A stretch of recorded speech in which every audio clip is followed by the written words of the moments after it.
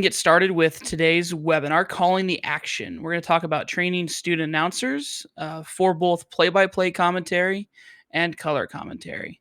And so we'll get a little bit into my background here in a moment. But for now, we'll pop this up. Okay, so a little bit of what we're going to go through. We're going to start talking about why it matters, why commentary matters, the differences between play-by-play and color commentary, how to prepare for commentary and how to help your students prepare, and then how to help your students improve, as well as what to avoid when it comes to telling your students what not to say. So, a little bit of a background on why I am the one talking about this. As a high school student, I happened to get the chance to be the broadcaster at my local high school, Sutton High School. And I started my sophomore year and then went junior and senior year of announcing. I did a year in college of announcing, and then I've been with Striv now for 3 years. So I've been announcing for about 7 or 8 years, doing sports, especially at the high school level, and working with other high school kids these last 3 years, helping them to become better broadcasters. And so, um, honestly, one of the favorite times in my life, and I haven't been alive that long. So, but it made a big impact on me in high school, and obviously, it's very cool for your local paper to write an article about you. So, I also have that going for me. But yeah, fun time. The other thing that I always like to point out too is this is what I would call my latest student example. This is Bridger Cruz. He graduated from Kennesaw in Nebraska, and he started with us. Man, was he a freshman when he started? I mean, he was. He's did a lot in high school that it felt like, man, you're never going to graduate. And then he did graduate, and we were like, oh no. And he went on, obviously, to do some really, really cool things at UNL with the Nebraska Huskers. And so you can catch him on just about every radio broadcast for women's volleyball. He did a lot of Husker men's and women's basketball. And he's starting to work his way onto a few of the football broadcasts as well. But I do know for football, they try to keep that to the upperclassmen. And so slowly but surely, he'll get his way there. But he also, over the summer, got to travel around with what? Was it the Pro 16 League, Taylor? Is that right? Yeah, it was the Next Pro Puma circuit for boys basketball. So he traveled across country, and I believe that was on streaming on Peacock is what they picked it up on. And I talked to one of the basketball directors here in Nebraska about it, and they are looking for more announcers. So he's said, send me students like Bridger, because they have a vision of using college students or potentially even high school students to cover these games of high school athletes. So lots of opportunities to become a broadcaster, more than just 5 years ago now, with all the streaming and all of the leagues popping up. Especially, this was a summer opportunity for Bridger. And I think the other thing too is, even if they, students don't go on to these larger opportunities, when Bridger entered college, even his professors looked at him and he was like, well, here's all the experience I have and a few minor tweaks here and there, but they immediately put him to work, right? Because they knew that he had done the reps and he had gotten like, he wasn't going to show up and like be scared and not know what to say. I mean, he was going to crush it as best as he could. And so, again, that's why we want to get high school students involved in this. Um, but also, uh, beyond just what the students can do, it really helps students with confidence and communication. Before I started broadcasting myself, I lacked the ability to explain things clearly to other people.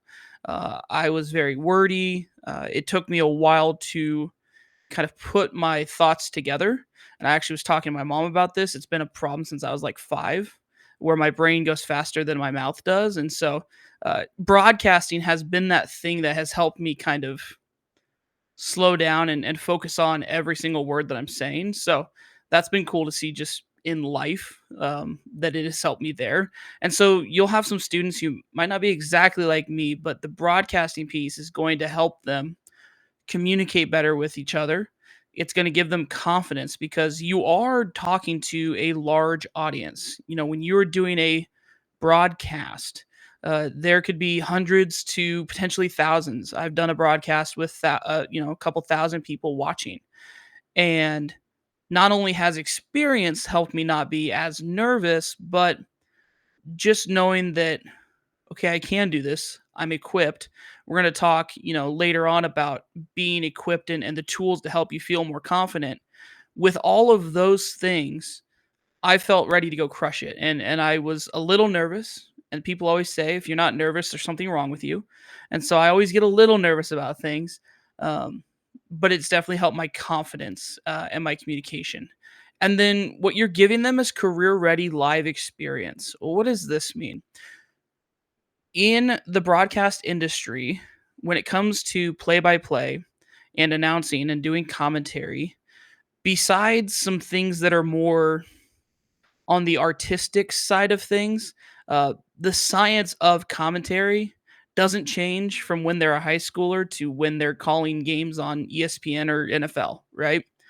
The goal is to help tell the story of what's going on in the sporting event, or if it comes down to news commentary, reading the script, telling people what they need to know. Like all of that is the same whether they're in high school doing a presentation in the classroom with a green screen and a teleprompter, or they're announcing basketball games on a Thursday night.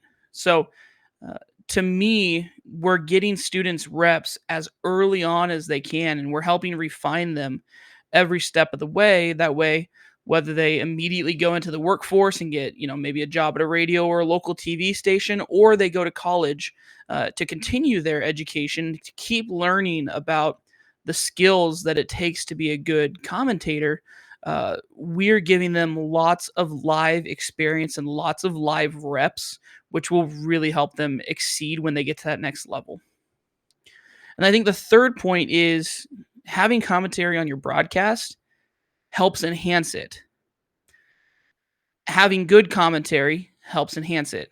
Now, if your commentary, there are sometimes I'll be watching a stream and I can kind of tell, hey, it's the student's first time, or it's a student who thinks that they know what they're doing and they really don't.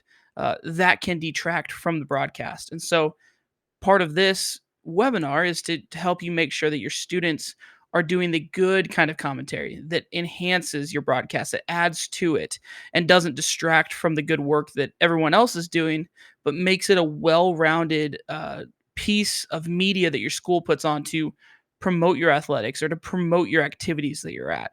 And so, again, we want to make sure that this commentary is enhancing it and not taking away from it. And then we want to use, commentators to connect with your community. So one of the things that I wish I had the chance to do in high school, but I've seen other high schools do examples of, is live reads of sponsors, right? And so I'll take a local. We've got a grocery store. It's called Brown's. So maybe my way of connecting with the community is saying, hey, thanks to Brown's for sponsoring tonight's game. We've got a special deal for you to use at checkout, making up hypothetical scenarios. But if you use this code, you can go to the grocery store and get 10% off or something like that. Like that would be the kind of things that you could use your broadcast and your sponsors to connect to the community so that the people watching are also getting a little bit out of it. Now, on the same side, a portion of your viewers are not going to be from the local area.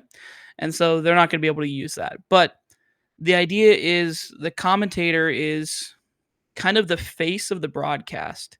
And so we want to make sure that we're working to, another example I have is I would, I've got a lot of people who have my phone number or who have my social media accounts, and I'd get messages while I was broadcasting say, hey, can we get a shout out?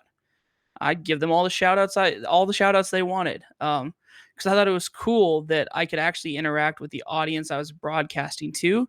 And it really built a community around those who I knew were always going to watch the stream. right? There's just some people that are never going to go to the event in person, whether it's because of distance. Maybe they're a grandparent who lives a couple hours away. They're never going to make it in hardly for a game. And so that they're always watching or whatever the situation. But again, we want to use the commentary to help connect to the community and talk about things and hype things up really. So um, And I would add alumni if you didn't mention that. It's a great way for your school to connect with alumni. That's when we started Strive a decade ago. That was one of the number one things schools gave us feedback on. And so it's hard to do that without students announcing to be able to connect with your alumni.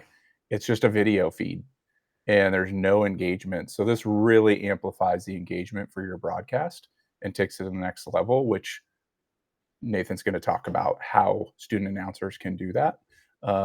But it's incredible opportunity, like I said, with alumni, especially if you're relying on alumni for raising funds for future projects. This is one of the most public things your school can do. We've had several schools like Brandon at Milford say this is the most public thing we do as a school. So we want it to look good, sound good, and be a reflection of what we're teaching our students, not just play by play and announcing, but what we're teaching them throughout all subjects is a phenomenal way to connect beyond that. Yeah, that's a great point to kind of wrap up. So that was kind of the why of commentary, right? Why we should have kids involved in it all.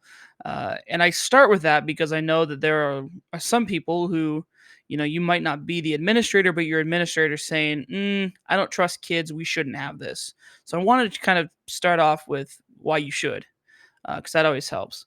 So let's break down a little bit of this too, because I've seen enough broadcasts in my 3 years of working at Strive, plus a little extra being involved as a student, where you'll listen to some, broadcasts, and it's not clear that the students kind of fully understand the separation between a play-by-play announcer and a color commentator. And so I really want to just spend some time breaking down what is the difference between those two.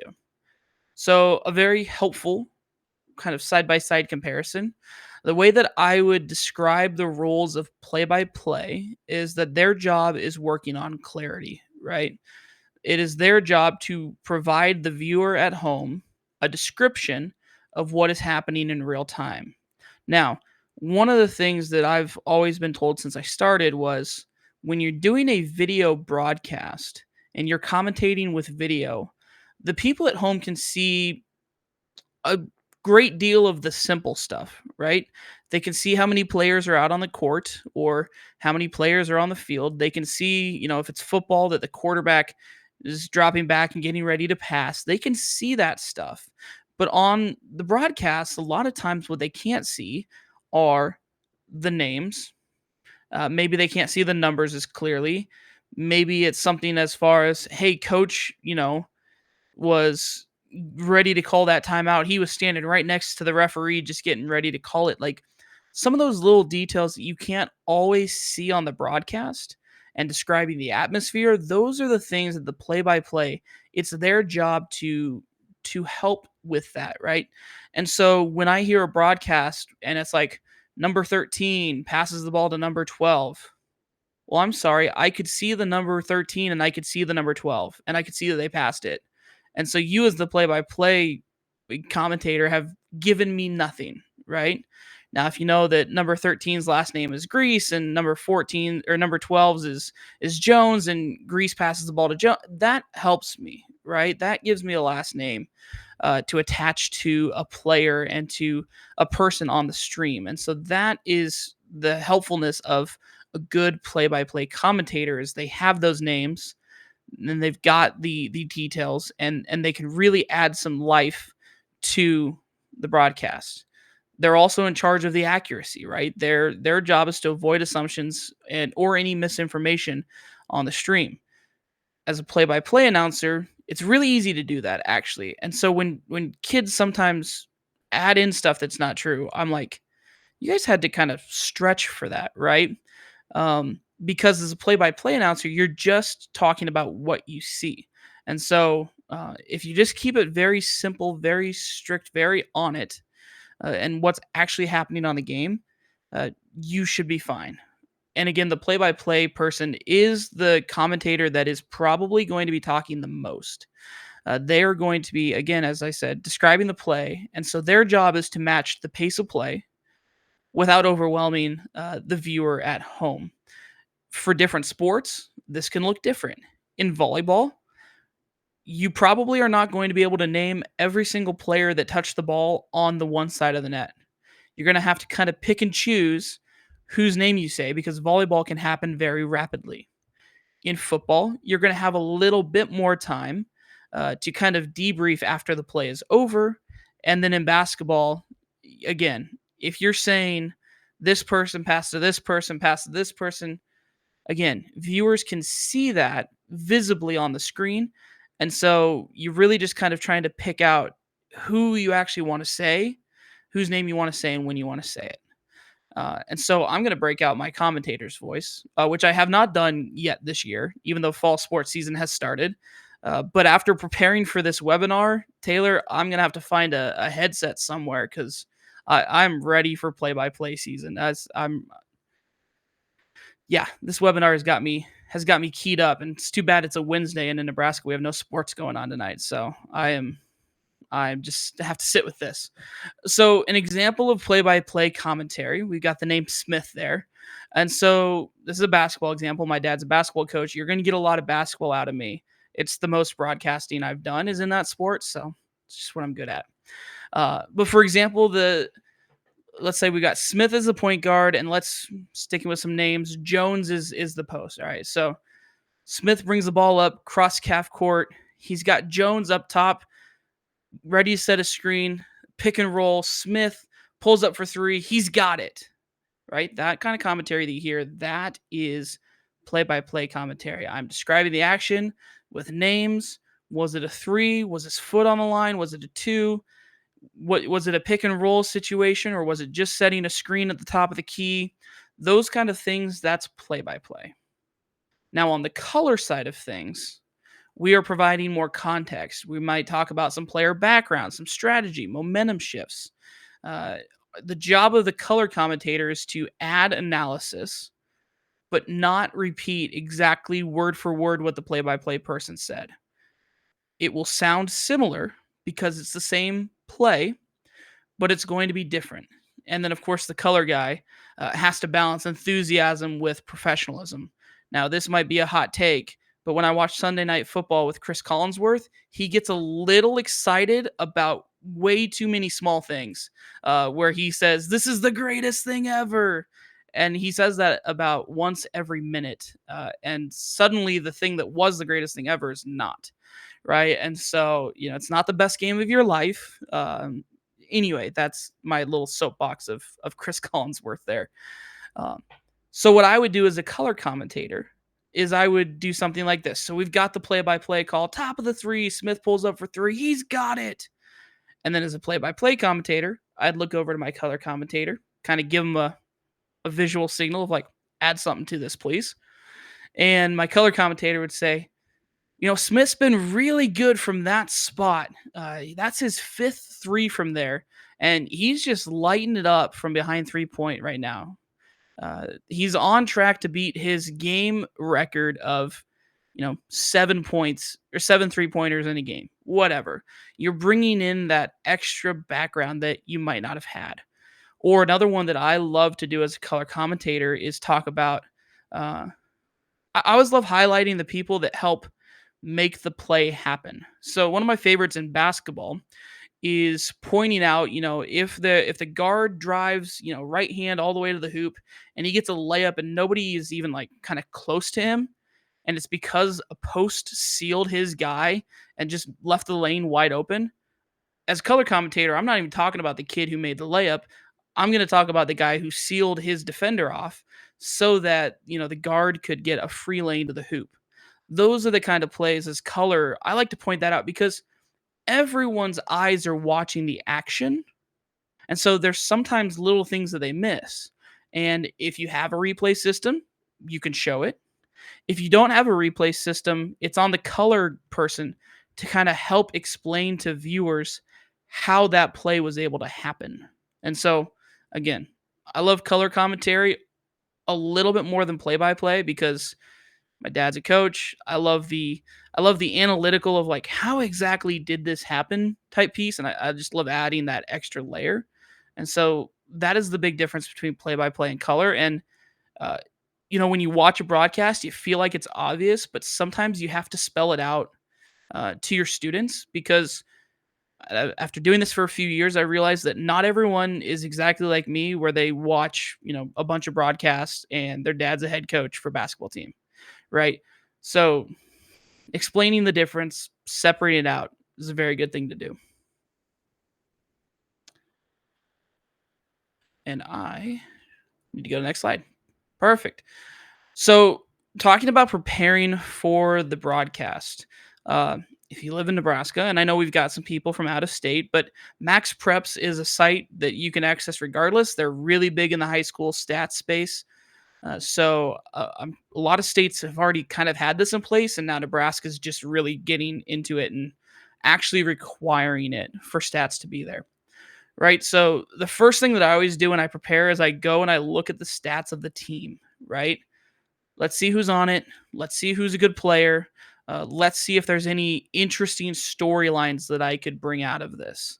That's always the first thing I go to. The next thing I do is I prepare a spotting board, and we'll go over that in the next slide. But a spotting board is a very useful tool, and that has to do with the roster.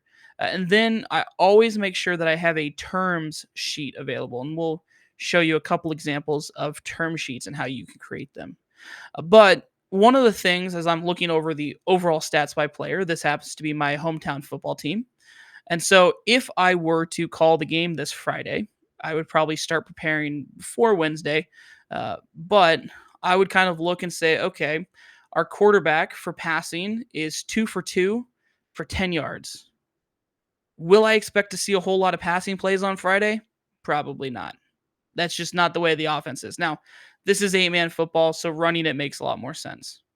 But knowing that they're a running team, I'd then go and look and say, okay, Henricks, he's got 47 carries for 416 yards.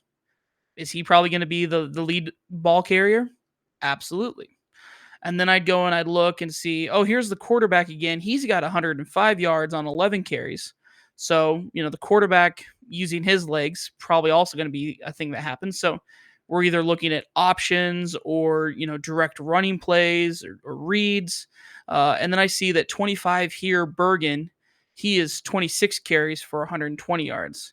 So I could make an assumption that they're going to probably go to the halfback most of the time. They'll probably go to the fullback kind of position a few times, and then the quarterback might decide to keep it himself. But that's the brunt of the offense. And so just within 2 minutes of me looking at the stats, if I were a broadcaster or in a color commentator, that would be the things that I'd be kind of prepping my audience at home, the viewers who might not look at this information.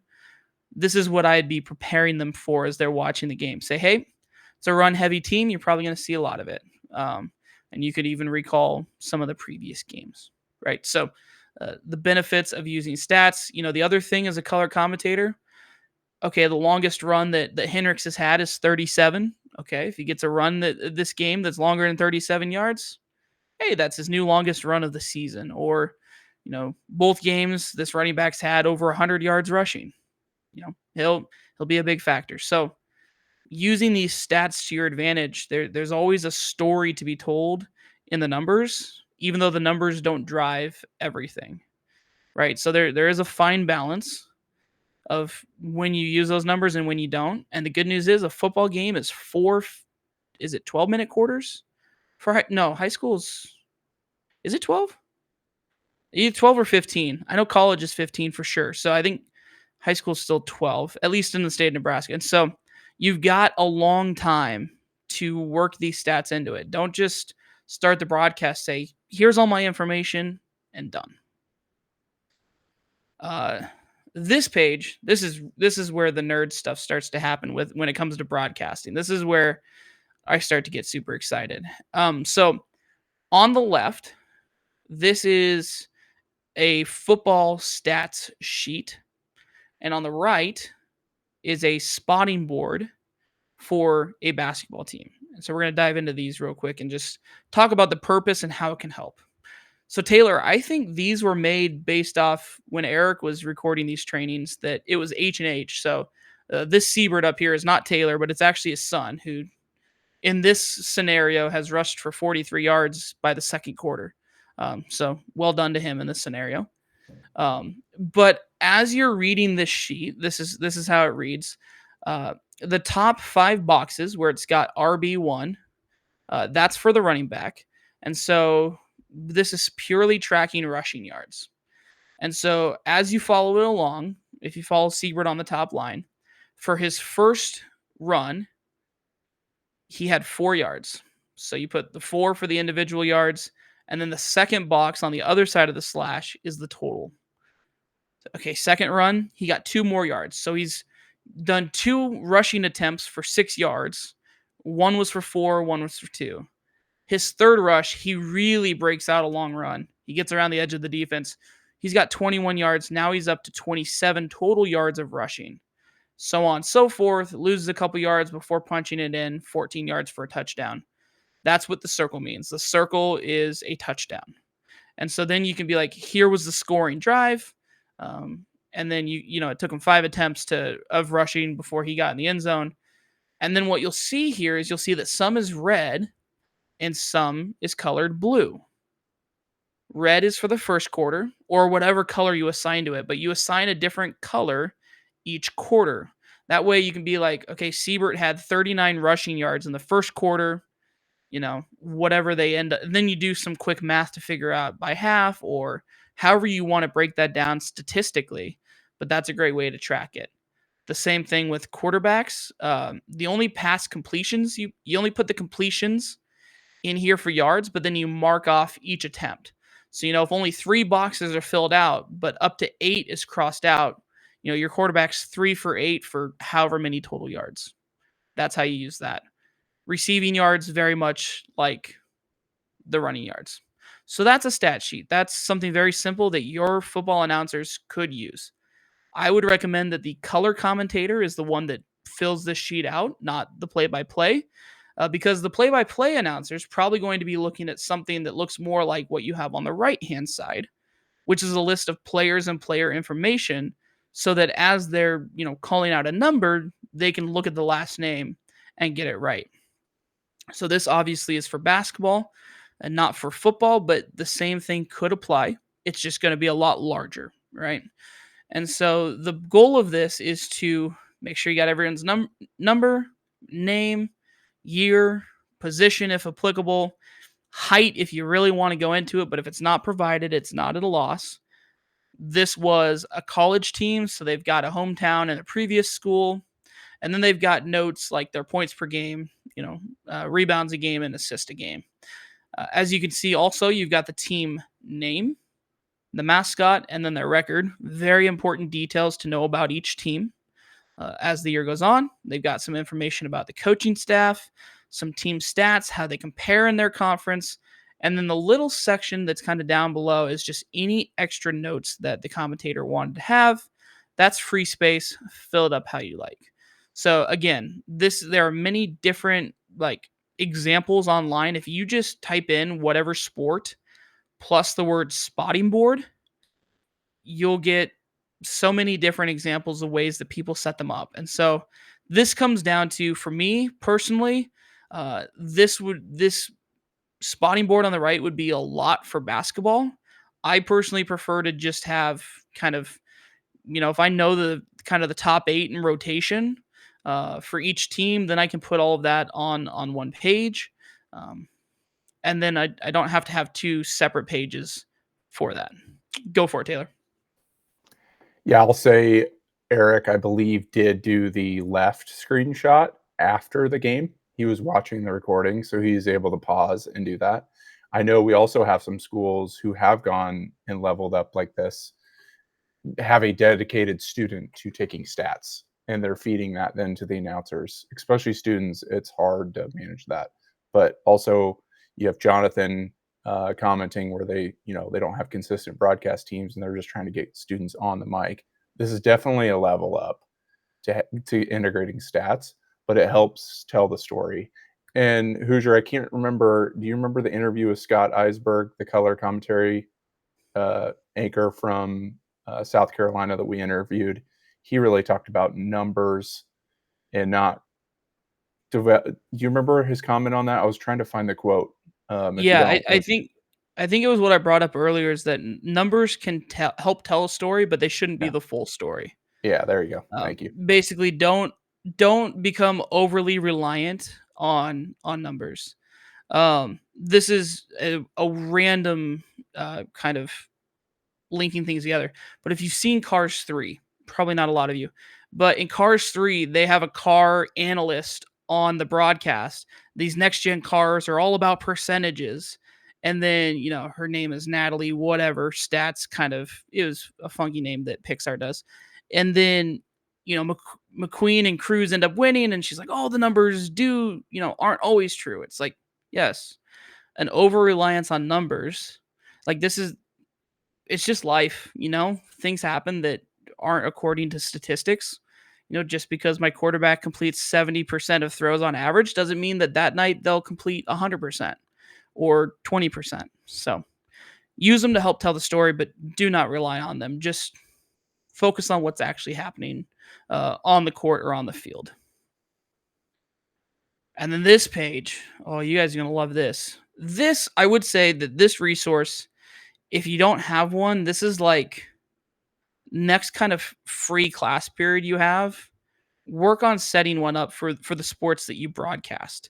Um, on the left, what you've got is a list of football commonly used phrases and terms, and on the right, you obviously have the volleyball play by play phrases. So, uh, when you want to talk about a quarterback passing it, you can use phrases like "How many step drop did he take?" If you know that. Quarterback goes back to throw, tight spiral to the receiver right over the middle, stuff like that. It fires a bullet, delivers a strike. I like these sheets because I found that in the years of me doing my own commentary, I would repeat the same phrases over and over and over again in like the span of 5 minutes. And my vocabulary and expanding to use different terms that would kind of change up the commentary a little bit, make it not so monotonous. I just didn't have those. And so I printed out a sheet and I was like, this week I'm going to try to use this term so many times. Not force it in there, but see what I can do to kind of spice up what I'm saying and maybe make it more interesting and engaging than just and the pass goes to the right, the pass goes to the left, pass goes to the right. He's going to swing it to his receiver on the right hand side. He delivers a strike right down the middle, line drive throw, it's a back shoulder throw. As you start to incorporate those words, now all of a sudden your broadcast becomes a little bit more enjoyable to listen to than just, and it's another throw and another throw. Now, for the volleyball phrases, I know less than half of what most of those mean because I am not a volleyball player. Now, before I ever did my first volleyball game as a commentator, I did something very important. And if you have students that want to do this and they've got family members, I talked to my mom, who played volleyball in high school, and my sister, who played volleyball in high school. And I said, Mom and sister, I'm about to do something that I would consider very dumb. I don't watch up to that point I hadn't watched volleyball. I had no interest in volleyball. I said, but I'm going to commentate volleyball. I asked, what do I need to know to not sound like an idiot? And so they kind of gave me the basic terms and kind of showed me they helped me kind of develop my own term sheet, which was very nice because without it, I don't want to even think about what that volleyball broadcast would have sounded like because I had no idea. And I'll be honest, like I said, there's still some of these terms that I'm like, I don't really know exactly where that should be used, how it should be used. And so my best advice for you to give your students, don't use the word. It's like the English language. If you don't know what a word means, you're probably not going to use it, in day-to-day conversation. Same goes for broadcasting.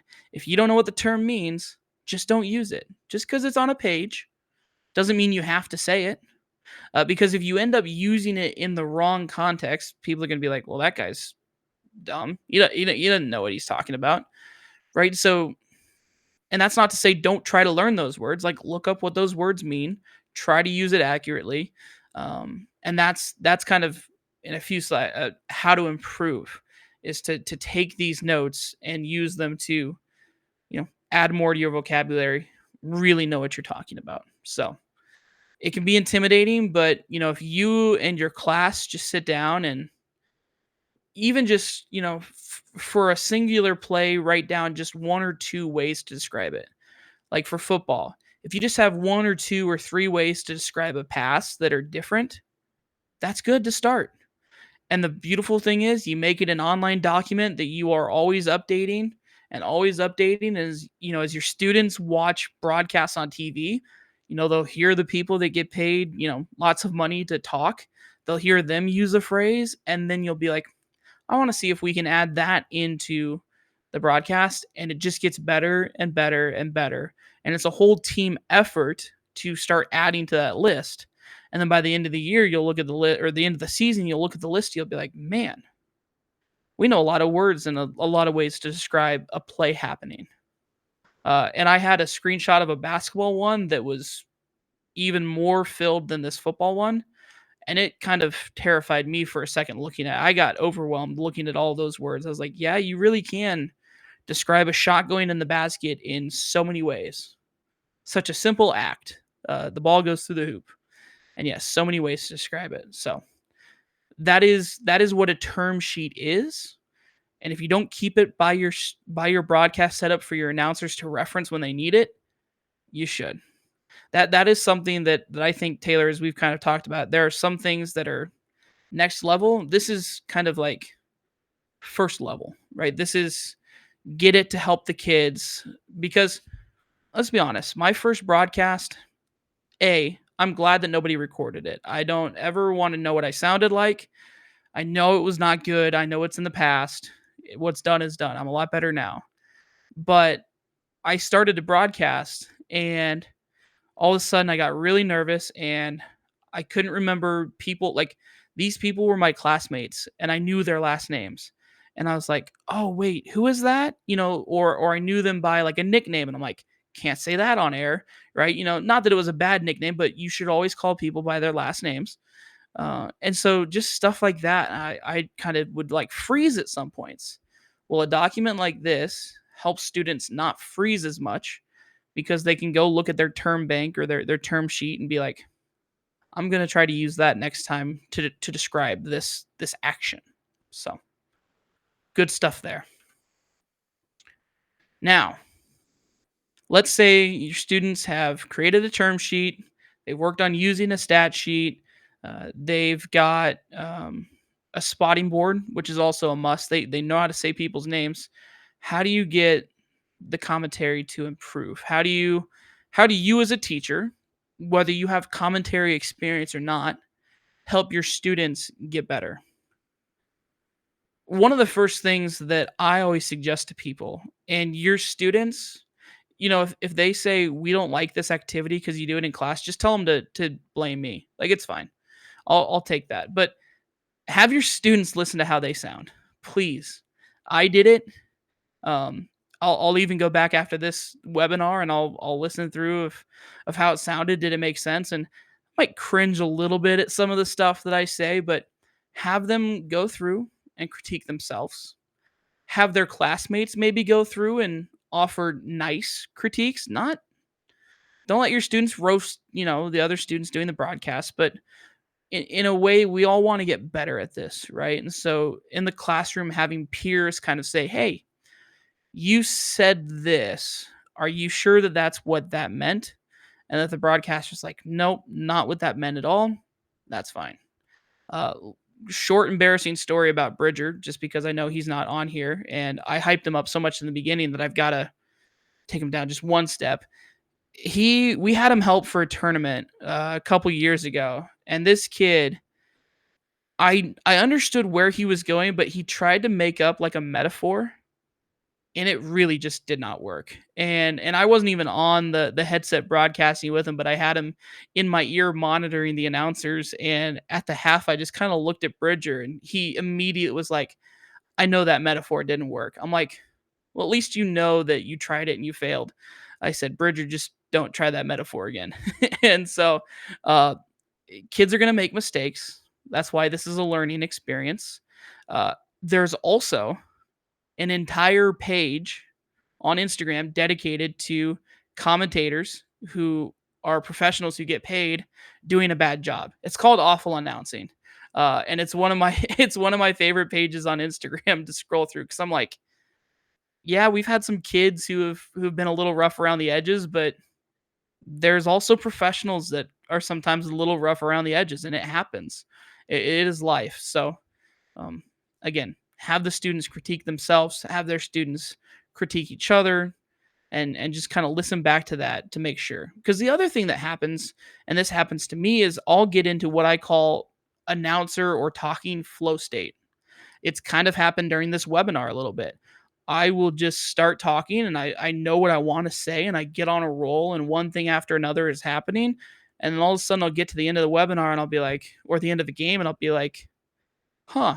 And someone will ask me, they're like, "I really liked what you said in the second quarter about this and such." And I'll be like, "I don't think I said that." I'll go back and listen to it. I'll be like, "I did say that." Okay, cool. Um, but I that's why it is important to review yourself, because you will just kind of get into a flow and you'll forget. And so holding yourself accountable is as big as holding other people accountable. And then again, just hammering in, if you don't have the stat or the frequent terms or spotting sheet, try your best to get to that level, because that will really enhance your broadcast. And again, maybe taking stats is not a big enough, or it's too big of a step to do right now, and that's fine. But even something as simple like in basketball, one thing I do is just keep track of player fouls, just so that I don't have to wait for the scoreboard to update with the player fouls, and so I can kind of just get right in that information. I mean, player fouls, you see who they called on, you do a little, you do a little tally, and you're like, okay, this player's got 3 fouls. Again, because player fouls aren't always on the board either, and you might be talking and wanting to reference like, yeah, this player's got to be careful on defense. They've got 3 fouls already, and it's the first half. That player would usually be me in JV, so I'm making fun of myself at the same time of making fun of others. So those are places that you can start. Um, there are other places to start. Uh, and that is our play-by-play certification that we offer to our schools as well.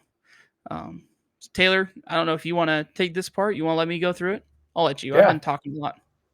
Yeah, we'll close up. Thank you guys for joining us, first of all. And hopefully, you guys got some great value, because Hoosiers announced a ton of games. He's a product of going through our program. And we wanted to share just some testimonials of the stuff we've built.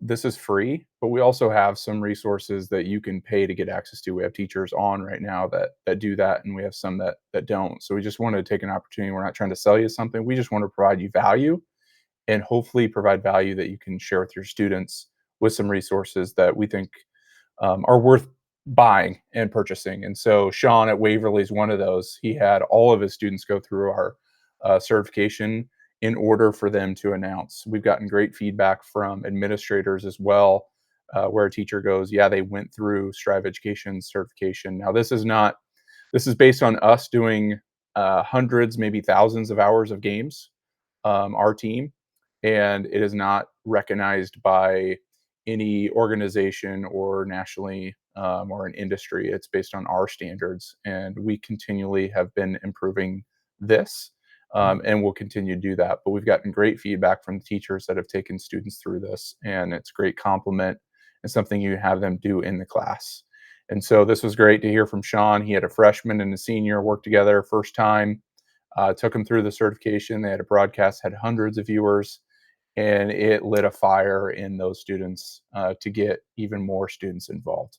And the confidence they gained was really inspiring from a teacher standpoint, which you always want to hear and always want to see for their first football game they did. This was last fall.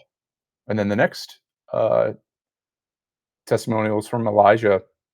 at Columbus. I think AJ hopped off, but he was a staple at Columbus High, and he was this was a student at the time, and required the students that wanted to be a part of their production to go through this course. And he saw, as he listened back to the students announcing, he could immediately tell the difference and thought it was much better by going through that certification process. So, for those that you that have access to those resources currently, please get a hold of Hoosier after this, and you can get your students through this. It's really easy to get them added and have them go through that. They get a little PDF certification. You can have them printed out at the end. Um, I think it can take a student maybe a class period probably to go through that if they go quickly. There's some quizzes at the end of each module. So really great resource that we have available inside of our education program, which is the next slide, I believe. So we It is actually a packaged. couple Oh, slides. sorry. Which Yeah, go okay, ahead. we can You go go ahead. to that first. So yeah, we've put together a program that schools can buy for under $2,000 a year, unlimited access for you as a teacher. We've created a playbook with how to build a student broadcast program. So Jonathan mentioned, we're struggling to get consistent broadcast teams. This helps address that. The certifications, the tools. So some of the stat keeping sheets, event, we call it production event planner, so you can plan, hey, who's going to be at this event. Several other tools that we're actually working on, a run sheet generator. Just a little tease for you, we've are working on a tool for that. You get support in that, and then Hoosier's your coach, he's your advisor. You can ask him. I just looked in our CRM, he actually has 2 emails from customers needing some help, and so he's going to help train, and he can even present to your students resources for you. So we want to come right alongside you. We think it's worth that investment on a yearly basis. And so if you're interested in that, please get a hold of myself or Hoosier. I'll put my email in the chat and would love to work with you, or at least share more with you behind the scenes if that's of interest and you want to go to the next level. So now we'll go to what to avoid. Yeah, well, what to avoid is making sure your slides are put in the order that you thought you were That's probably all going to right. talk We're about. flowing. That We're happens. flowing. Yeah, we're flowing it. And again, you move on. So a few of the things to avoid, and really, I always say if you can kind of get these 3 down with your students, then most of what they say, most of what is left for them to say is completely appropriate. So this is very kind of digging down in, but uh, the first one is don't overload commentary. Avoid the constant talking. Let the moments breathe. One of the things I was kind of talking about how I've watched some broadcasts and I can just kind of tell whether it's a student's first time or last time. There is a level of you get on a broadcast and you just don't even get a moment to like hear your own thoughts because they're talking. And while sometimes that's not a bad thing because it's a intense moment, other times when there is like very little going on, or it's they keep going through a timeout and they keep talking, sometimes what you get with that too is people will just start going into like just like talk, like having like a normal conversation they'd have with their other commentator, like they're just sitting at the lunch table, and we don't need to hear that, right? Like that has nothing to do with the game of what you did that day. Like keep your commentary to the game, and so use the rhythm, like describe the play, add a little context, take a little pause, wait for the next play to happen, describe it, add some context, pause. And that can be said about any of the sports. Some sports, the pause is not as long. Other sports, the pause is a bit longer, and it happens. Um, but again, just describing and adding some context. And then number 2 is a big one. Do not disrespect the officials or players or coaches. It is not your spot on the broadcast to say whether that was the right call or not. I've heard it a few times, and I have immediately messaged the appropriate people if it has happened. Or sometimes on the other side, because we have our own platform where we host some streams.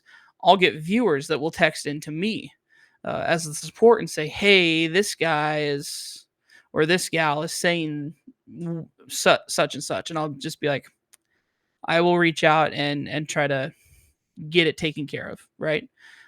Again, your job as a student is to get the student's job is to get reps broadcasting and doing commentary, not to be the final determiner of whether that was in or out. And then, respect the game. Like I said, describe, don't editorialize, which is a big word. It's one of those English words that I was saying you probably shouldn't use if you don't know what it means, but I know what it means, so I used it.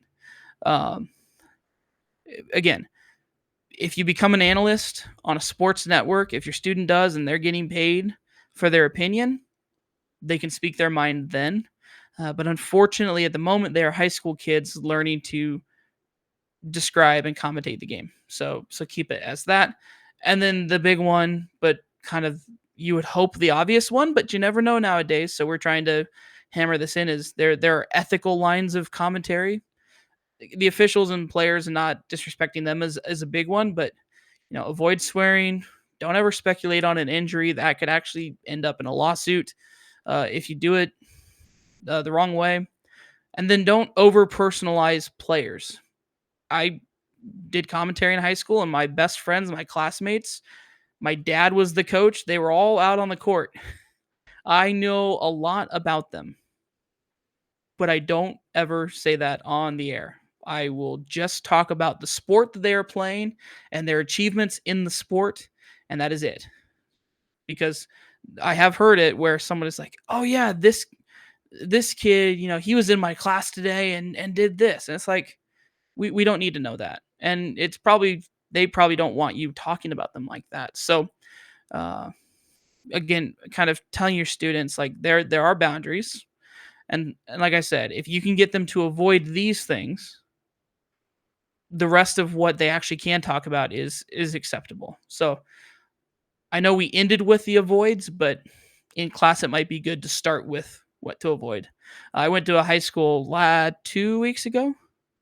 Last week was a busy week, but it was 2 weeks ago, and I was talking to the class, and they are doing broadcasting and they're working on a podcast. And their teacher made it mandatory for all 34 students in that class to take our broadcast play-by-play certification. He said, if you are going to be on a microphone anywhere at this school creating content, you're going to go through this certification, even though you won't, specifically be broadcasting. You're going to have the knowledge of what to say and what not to say. And so that I found to be an awesome use case for that. And again, these don'ts are covered in that certification because when you're doing something for the school, you've got to be very, very careful about some of the things that you say because it can happen to reflect back, which is why admins sometimes are cautious about who they let talk on the microphone. So that's why we've built these things. So again, professional, audience friendly, don't bash the other team, just different things that I've seen happen. And every time I see and hear it happen, I just kind of think to myself, let's make sure that we have a conversation with that person so it doesn't happen again, right? Because there's no place for that. Even like, first play of the Philadelphia Dallas football game, there was an incident, whoever was responsible, the commentators were very neutral on it, right? They were surprised because that rarely happens that after the kickoff, a player gets ejected. But they just kept their comments to that, and then they kept going with the game. So that's the biggest thing with broadcasting. If you stick to the game, you'll be fine. So a few actionable next steps here as we start to wrap up. We're getting close to the hour mark, which has flown by for me. Like I said, I usually get into flow state on these, and so it just kind of goes. But if you have our broadcast education package and your students have not taken the play-by-play certification this year, reach out to me. I can help direct you if you don't know where it is for them to take that. I would highly encourage you to have all of your students, regardless of whether they're actually going to do the commentary, to take the course because there's some good general life lessons and working in broadcast lessons that are in that play-by-play certification. The number two thing that I would do is, if you don't have a term bank for football and or volleyball, maybe start to work on that when you get a next kind of a free class period to get a project done. Put some students in groups and be like, come up with as many terms and ways to describe this play as you can. Uh, and then review the broadcasts that you've already done as a group. If you've got the recordings of those and you can go back and watch them, maybe for the first couple, do it as a big class and, let everyone kind of have some feedback. You will notice that if you had two commentators, those will be the two people that are kind of like head down, hood up, kind of like not wanting to like participate in the activity, just because it's awkward to hear your voice back, and especially in front of class. And so, but when we review things and we're open to the fact that we're not perfect and we don't get everything right all the time, that's how we improve and that's how we get better. And I think that's a big skill that I I hope to help instill in high schoolers in this, as we work with them in broadcast and digital media, is that they will make mistakes. They will not get the perfect photo every time. They will mess up their camera work. They might trigger a replay in the middle of the game winning shot. Um, but they learn. They figure out how they're not going to make the same mistake again, and then they move on. It's a next play mentality, and between me and Taylor, we've kind of been working on that mentality a little bit too. Kind of been a common theme as we've been talking about things and relating to high school digital media and broadcasting. Is how can we kind of keep that next play mentality of, all right, we made a mistake, but let's not make it again and keep moving forward. So I think the last thing too is why we do this. I think this is always very important. And if you were on our webinar in August or you watched the recording, you'll notice that it is the same exact slide. Because I think this slide encompasses all of what we do at Striv Education and why we're doing it, right? Um, all of those students that you see, minus the two selfies that have a picture of me in it, um, all are students who are had experience, at the high school level, or continued their experience at the collegiate level and have worked themselves into great opportunities. And we are giving them, you know, a chance to get involved in this world, a world that when I was a sophomore in high school, I didn't know how to get into, and Strive was there, right? And so part of my personal mission is to pay it forward, to pay it back, right? I've had some amazing opportunities, and I want to keep helping other students get those amazing opportunities. And when I see Bridger, a student that I got to, connect with a lot and help kind of guide and train, when he does these gets these professional opportunities, I love it. I listen to a lot more of the Husker volleyball, games on the student radio because Bridger is doing the commentary. I am tuning in, right? Because I care about students, making their way into this industry and helping them as much as we can. And I think Taylor would agree with me that that's, yes, we work directly with the teachers, but it's to help you guys help the students, to give them opportunities like this. Any last words, Taylor? Last thoughts before we wrap this Yeah. thing up? Yeah, Jonathan asked about the recording. We'll get this processed and sent out to everybody so you guys can watch if you miss parts of it, and play it back. Would love to have you share this with your students. Use this in your class to share directly with your students. And again, if you want to level up, we've got a lot of great resources for you to help you. And remember, take it one step at a time. Thanks, guys.